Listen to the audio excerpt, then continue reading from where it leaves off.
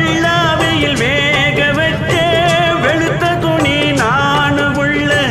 கச்சிதமா கஞ்சி போட்டு தேய்ச்ச துணி நீதான் புள்ள ஆத்துக்குள்ளே நீ இறங்கி நிக்கையிலே ஒரு சொகுசு துணி எடுத்து துவைக்கிறப்போ